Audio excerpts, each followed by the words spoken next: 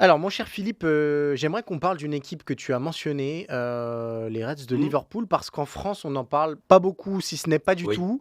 On se oui, souvient pourtant que pendant très longtemps, ça a été l'adversaire numéro un au Manchester City de Pep Guardiola. La saison dernière, ça a été compliqué. On avait déjà dit que cette équipe était en transition. Tu viens de nous redire qu'elle oui, était encore en transition, mais est-ce que la oui. transition a avancé?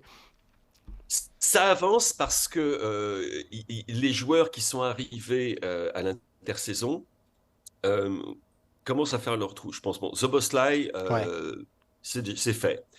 McAllister, euh, c'est en passe de se faire. Il était très bon au départ, ensuite de quoi il a été obligé de rejoindre la sélection argentine et toutes ces trêves internationales ont un petit peu chahuté son jeu, on va dire comme ça. Il n'a pas tout à fait le même rayonnement, mais il revient. Et quant à Gravenberch, bon, je pense que tout le monde sait qu'on a affaire à un super, super talent. Là, c'est la mise en place. C'était sa première titularisation. Mhm. Donc, petit à petit, les choses se mettent en place.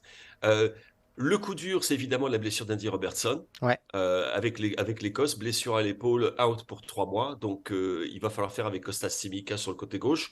Bon, ça devrait le faire. Mais on a une équipe on a maintenant aussi une charnière centrale qui est à peu près établie. Même si, en l'occurrence, notre ami Konaté, Ibrahima Konaté, a eu beaucoup, beaucoup, beaucoup de chances de terminer cette rencontre contre Everton, parce qu'il aurait dû se prendre un deuxième jaune, et tout le monde en est absolument persuadé. Même Jürgen Klopp l'a admis. Donc, c'est dire. Trent Alexander-Arnold, on retrouve quand même le Trent d'il y a Ouais. 1 an et demi, 2 ans. Et du coup, bah, voilà. Et j'ai regardé un petit peu le programme de Liverpool au passage. Prochain match, ils accueillent Nottingham Forest. Ensuite, ils vont à Luton. Puis, ils accueillent Brentford. Ouais. Ça peut faire 9 Je sur me dis, 9. ça pourrait bien faire 9 points, ça, Ouais, hein. ouais. Ça pourrait bien faire 9 sur 9. Et du coup, bah, ils continuent. Et quelle sera l'équipe contre laquelle ils joueront après le match contre Brentford? Tu as la trêve internationale, encore une. Et derrière, Manchester City à Manchester City. Et est-ce Donc, je vous que... convie le 25 novembre au Ah bah passage, parfait. 13h30, coup d'envoi en Magnifique. France. Merci pour le rendez-vous. Est-ce que la tonalité médiatique autour des Reds est un petit peu la même en Angleterre que celle qu'on a en France Oui, actuellement? C'est-à-dire que c'est un peu l'outsider dont personne ne parle, quoi. c'est la discrétion absolue. En fait, on parle des problèmes de Manchester City ou du regain de Manchester City. Ouais. On parle bien évidemment toujours d'Arsenal. On parle aussi des équipes qui surprennent, comme Tottenham, Brighton et Aston Villa, et on parle beaucoup de Manchester United, bien évidemment, à cause de la reprise qui semble confirmée. Ouais, ouais. Je mets toujours des Des pincettes parce pincettes. qu'on ne sait jamais.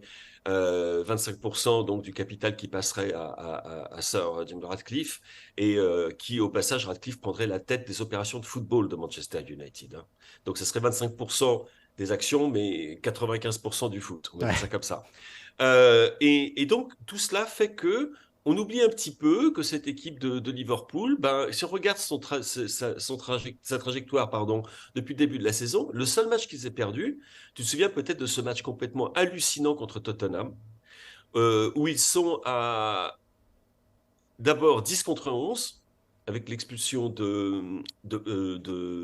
c'était Curtis Jones, voilà, ça me revient. Ouais. Curtis Jones qui commence, le premier, et la deuxième expulsion de Diogo Jota. Donc ils terminent à 9. Ouais. Et ils sont là, ils s'accrochent, ils s'accrochent, ils s'accrochent. On est à la 96e minute lorsque le pauvre Joël Matip marque contre C'est vrai. son camp. Donc tu te dis, si jamais il n'y avait pas eu cet impair, qui était quand même un match à part, on aurait un Liverpool qui serait en tête du championnat d'Angleterre et qui serait invaincu, comme Tottenham et comme Arsenal. Et malgré tout cela, et je pense que ça fait parfaitement les affaires de Klopp, on n'en parle quasiment pas. On n'en parle quasiment pas parce qu'ils n'ont pas été en tête du championnat d'Angleterre pendant suffisamment longtemps. Ils l'ont été pendant quelques Ouais, heures. ouais. Mais il se passe tellement de choses autour d'eux que on les laisse de côté. Il n'y a pas eu non plus le recrutement. C'était un bon recrutement quand tu fais venir des joueurs justement comme ce milieu de terrain Ouais. tout nouveau, tout beau. Soboslai, McAllister, Gravenberch. Ça a coûté des sous, mais c'est pas un recrutement hyper spectaculaire. C'est Mhm. pas des très très très grands noms. Donc ça, non, ça a également a fait qu'on n'en a pas trop parlé.